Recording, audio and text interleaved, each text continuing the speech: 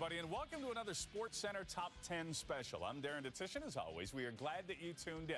Well, on today's show, we're going to rank the players who excelled not just in the CFL or the NFL, but guys who starred in both leagues. This is one very select list.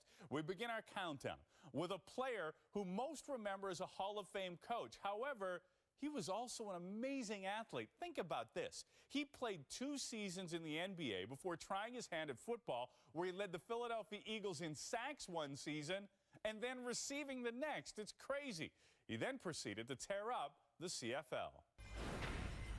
People think of Bud Grant as being the great coach in both the CFL and the NFL. What they may not know or remember is that Bud Grant was a very good player. Hits Grant down the gut for 9 yards. Moves back, hits Eagle Grant with a pass on the button hook play.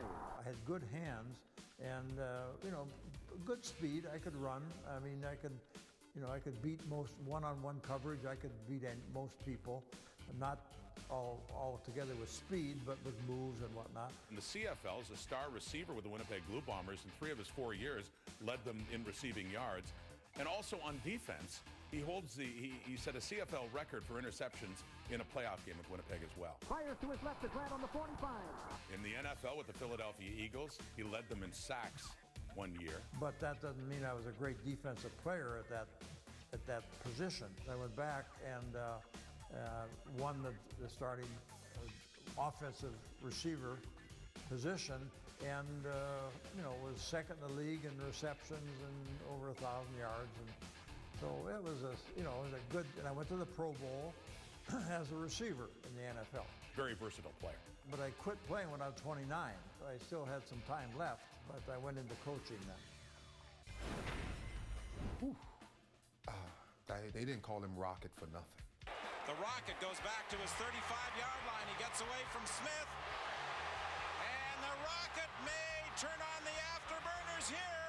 Speed, speed, speed. That's all I can say is speed. There was nobody in the league that could go from standing position to top speed faster than Rocket Ismail. When Rocket Ismail had a step, it may as well have been 50 yards. Last night, Rocket Ismail decided to lift off and land as a member of the Toronto Argonauts of the Canadian Football League. All of a sudden, we get a call from Los Angeles from this guy named Bruce McNall, who happened to own a hockey team. After he made his presentation, it was a no-brainer, essentially. Mr. McNall and his organization had the reputation of kind of going beyond the treating you like a piece of meat kind of thing. I knew he'd bring instant popularity to the football team. He would bring an identity, and he'd help us win. I thought it was one step closer to winning a Grey Cup.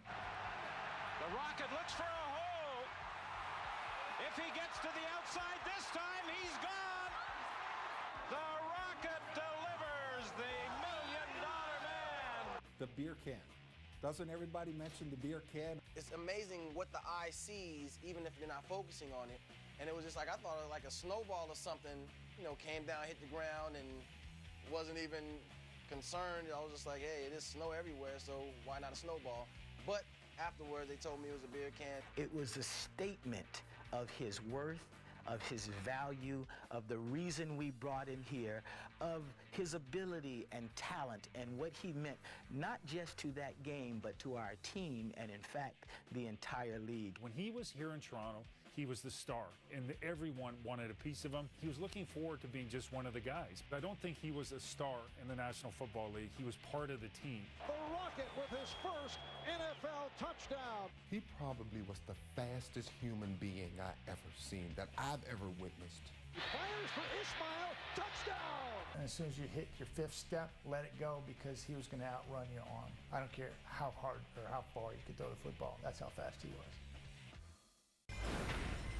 A kicker doesn't belong on this list. I mean, come on. And Vanderjagt has made another 5 on the day.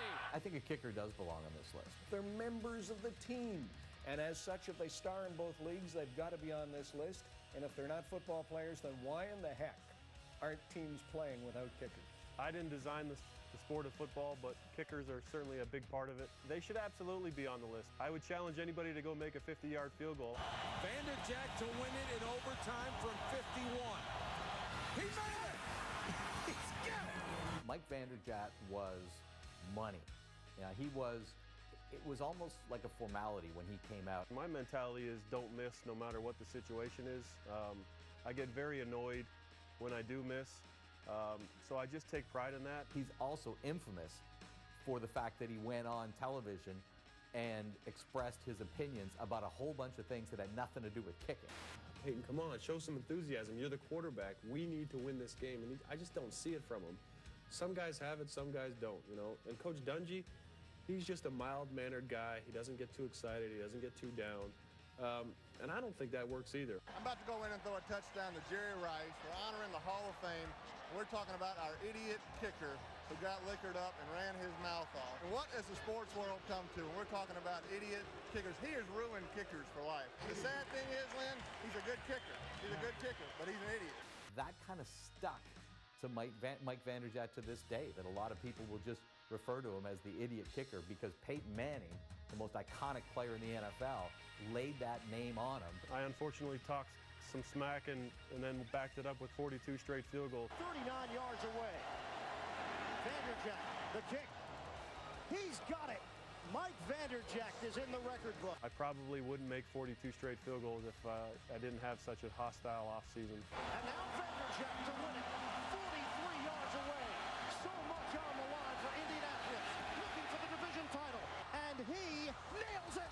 Well, I was a Canadian kid. I grew up watching, you know, the Argonauts and at Old Exhibition Stadium. So, you know, to me, it just came natural. And before you know it, you're the most accurate kicker in history. It was almost something that fell in my lap as opposed to something I grew up hoping for. Swervin' Mervin. Swervin' Mervin? Swervin' Mervin. Swervin' Mervin Fernandez lives up to his name here. He will come back to the near sideline for a 12-yard gain.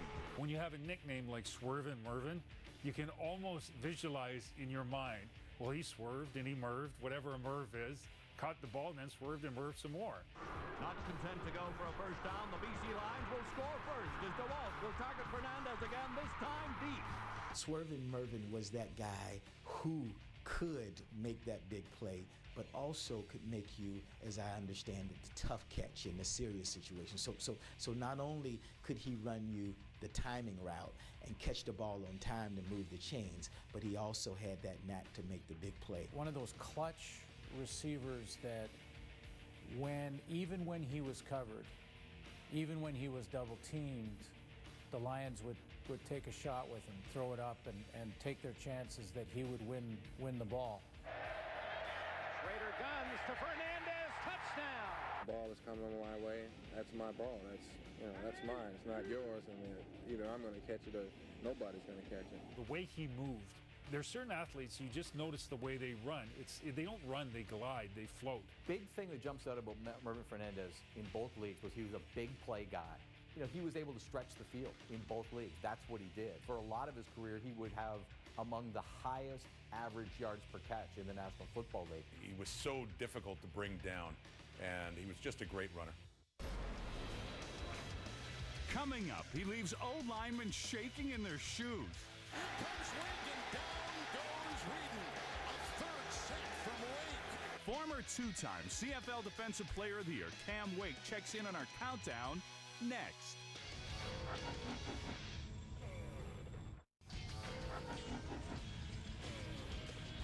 Welcome back to the top 10 players who starred in both the CFL and NFL. The next three players on our list were as tough as nails. Joe Kapp checks in at number 6, and he's one guy who certainly did not mellow with age. Joe was the first one that everybody talked about. Joe Kapp was a very tough player. Heck, Joe barely wore a face mask. Kapp is on the run.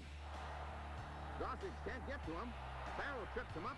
Golston crashes in. It was an exciting game, and I was suited for it. I had a wobbly pass that I make fun of, but I could run the ball. Good passer, strong in the pocket, strong-willed. Kapp is back. Pass for James. Complete. I saw Kapp play many times. Tough, a leader, a winner in British Columbia, a leader. Didn't win a Super Bowl, but won a lot of games in Minneapolis. Joe Kapp comes to the Vikings in the late 60s, and then having won a Grey Cup with the BC Lions in '64, took the Vikings to the Super Bowl. They won an NFL championship, and took them to the Super Bowl IV against Kansas City. That was in early 1970, and they lost. I remember the cover of Sports Illustrated, a young Joe Kapp in 1970 with the Vikings, and I think the headline was the NFL's toughest Chicano quarterback. How can you not vote for a guy that got into a fight with Angela Mosca? He's mouthing cuss words to me, and about my mother, not about me. I can handle that, but not my mother. So he hits me on the head with that microphone, and then hits me with his cane, which is no plain cane. It was to hold the 400 pounds that he weighs. It was a heavy cane, so I had to do what I do. As a star in both leagues, Cam Wake has to be on this list. Pressure, Cam Wake's got sack number 20 of the year. He ransacked the CFL like few others ever have before him. And it paid off for him because he was only here a couple of years. An offensive lineman would live in fear because they couldn't keep up with his movement, with his space as an offensive lineman. But we knew he was going to be great. When I first got down here, a couple of O-linemen. This is on the team, obviously, and through camp, O-line coach, he makes Canada jokes. I guess they assumed that I was from Canada. Just, CFL this, and you go out there and you beat a guy, and it's like, they don't talk so much. They better keep their eyes on Dolphins Pro Bowl linebacker Cameron Wake. Here comes Wake, and down goes Reedon. A third sack from Wake. He elevated the Dolphins defense and helped turn around that franchise. Brady under pressure and goes down hard. Cameron Wake. Do you think you're going to block Cameron Wake? Cameron Wake, one of the league's best edge rushers. That's what Cameron Wake does. They're doubling them, tripling them. They're still trying to figure out how to stop them. And they can't in the National Football League either. We couldn't stop him up here. He got his, and he's getting his down there. In your mind, you're just like, you know what, I'm going to do what my dream is. I'm going to do what feels right to me. And I have football in my blood, in my heart. And every day I'm going to go out there and I'm going to do whatever I can to get back on the field. And it's funny, those same people who were, telling me to give it up or, man, you're not going to make it, NFL roster. Now they're calling you last for ticket. Third down and 10. Dalton in his own end zone, and down he goes. Is it a safety? Ball game. Dalton goes down in a wake. Named Cameron. I think there were a lot of questions. Who's this Jeff Garcia guy? Who's this quarterback that's stepping in for a CFL legend like Doug Flutie? Is he going to be able to handle the job? And a first down, Stampeders. And now Garcia pulls it down. And the guy with the linebacker mentality diving head first for another first down. All of a sudden, his image was within the football world visually. And then he did it again. And then he did it again. With the Grey Cup at stake. First down, Garcia wide open, Travis Moore. We find ourselves 1 point down with roughly around 2 minutes left in the game. First down, Garcia, quarterback draw. Close to another first down. They just moved the ball, and this surge is phenomenal. And I knew that we just had to get close enough. 35-yarder that Garcia can't bear to watch. The final play of the 98 Grey Cup. It's good. That Grey Cup in 98 was just an unbelievable way to cap off a 5-year CFL career. I think the experience of emerging from the shadow of Flutie and winning a Grey Cup in his own right in 98 with the Stampeders before heading to the NFL probably helped him when he had to play behind a legend like Steve Young. Now to have teams from the NFL looking at me, wanting to give me an opportunity, and one of those teams was the San Francisco 49ers. The knocks on him were, hey, he doesn't have a big arm, he's not a huge guy, but he had a very quick release and he was accurate. And those were the same things that made him good in Canada. I think he's one of the more underestimated quarterbacks because making that transition from the Canadian Football League into the NFL and also having a similar level of success says a lot.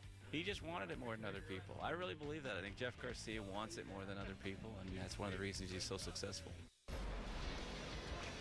How do you pick between Theismann and Flutie? Well, it was tough, but we did it. Find out who lands where coming up.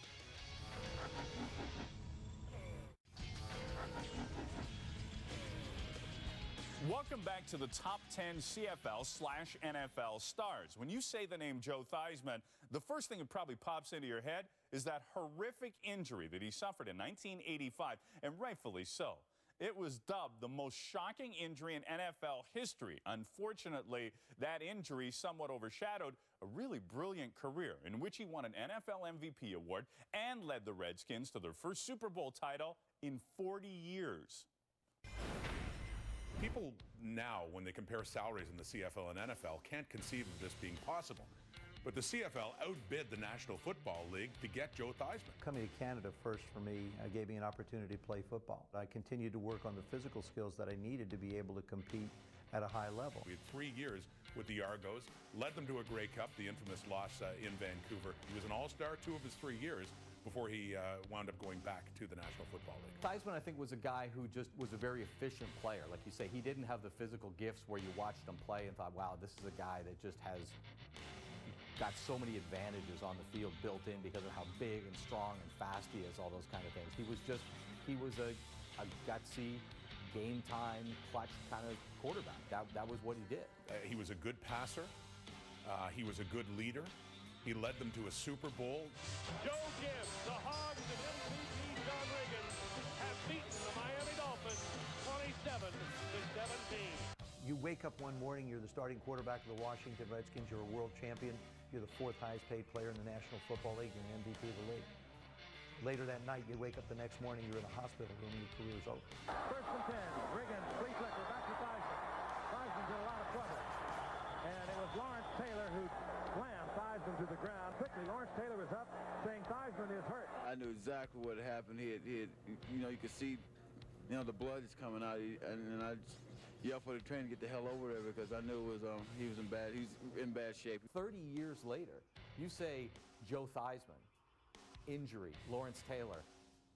People know what it means. It's never faded from our memory. Taylor over Carson, slamming, and you see the right knee. They're lifting me off. All of a sudden, I'm looking and my leg does this. And I don't feel a thing. And I went, excuse me, can somebody please pick up the rest of me? So they put me there. They wheel me into a prep room. I asked them for a black and white TV because I wanted to watch the game. I remember the nurse coming in. She says, Mr. Theismann, Mr. Taylor's on the phone. Would you like to speak to him? I said, give me the phone. So I said, LT, is that you? He says, yeah, Joe, how you doing? I said, not very well. He says, why? I said, why? I said, you broke both bones in my leg. He said, Joe, you got to understand something. I don't do things halfway. I got to run now. Goodbye. Ladies and gentlemen, get your tickets, get your popcorn. Doug Flutie's about to do his thing. 6 receivers in the Calgary formation. Flutie throws to the left for Sapunjas. Touchdown! 2nd and goal.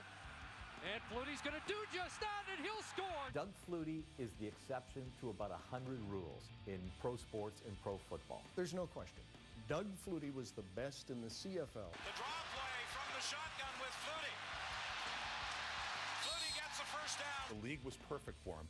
Someone who was inventive, someone who was creative, someone who would come up with plays in the huddle. He was a Houdini in the sense of escaping the pocket. It didn't matter that he was in that 5'9", 5'10" height. He found ways to be successful. At every level, I was told I was too small to play. By the time I got to the professional level, I had learned to ignore that. It's not how tall you are, it's how high up you release the football. Goes to the Argos, 2 seasons at 15-3, and they win the Grey Cup both times, and Flutie is the biggest reason why. It's one thing to do it in the north. Come down south of the border and see if you can do it here. Not many guys fail in the NFL, get back their careers back on their feet in the CFL and go back to the NFL. It doesn't really happen. I was always seen as a Band-Aid for an NFL team, and even in the second time around. There's a boot. He'll walk in.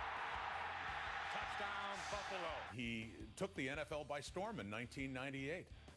It was really interesting to see how he revitalized his career and really changed the opinions of a lot of people who didn't think he could ever star in the National Football League because he was too small. Because of my height, I had to prove myself every time I stepped on the field. Down and 6, blitz coming, 5-man rush. Flutie takes a shot, has a man open. He just made magic happen. He's a magical football player, no matter what league and no matter his size. He's a hell of a football player. Coming up, you see 9, but the best is yet to come. Find out who tops our list as the best ever to play the game in both the CFL and the NFL. Next.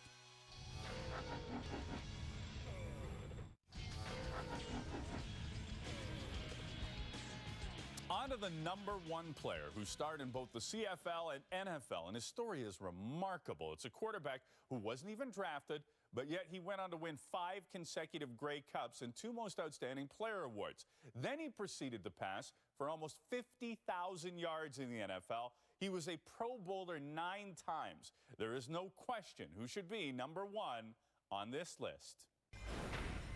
Warren Moon. I think Warren Moon should be #1. There is no question. Moon with 5 Grey Cups in Edmonton, and what he did in Houston and Seattle, Moon is the best in both leagues. Moon will go to Brian Kelly. He completes the 82-yard drive. Warren Moon joined the Edmonton Eskimos when they were at the start of something big, and he became a big part of it. 5 straight Grey Cups. No other team has had a dynasty like that. I was just stubborn. I wasn't going to let anybody change me, and I was going to go wherever I was going to get the opportunity to only play quarterback. Moon rolls right, fakes, takes off for a good chunk of real estate before Junior Ayu puts him down. Moon drops deep. There's outside pressure. He steps up and fires. Tom Scott is wide open. Touchdown. When you think of Warren Moon and you picture his passes in either league, you picture the tightest spiral you can imagine. I mean, I don't know if he ever threw a wobbler, but you sure didn't see them. And Moon left at the end of that dynasty, and you could argue that it's, by no coincidence. I mean, Edmonton's run came at the end of Warren Moon's time with Edmonton. After you have so much success at one thing and you've done everything basically you could do in a league, it was time for me to think about other challenges. He is not only one of the most beautiful, pure passers you've ever seen, he's one of the toughest son of a guns that I've ever watched. Warren had to stand back there and be a warrior and get the ever-loving crap beat out of him and still throw the football. And he did it year in and year out. Passed for over 21,000 yards in the CFL. And then he goes to the National Football League and ends up 675 yards short, I believe. Less than 1,000 yards shy of hitting the 50,000 mark, and only 4 in NFL history have hit that mark. Warren Moon is the only guy who's been honored by both the Pro Football Hall of Fame and the Canadian Football Hall of Fame. Think of what his numbers would have been in the CFL had he stayed. Think about what his numbers would have been in the NFL had he started his career then, had teams had the vision to realize that this guy could be a good quarterback in the National Football League. Warren Moon, what a player. Thanks for watching, folks. We'll see you again.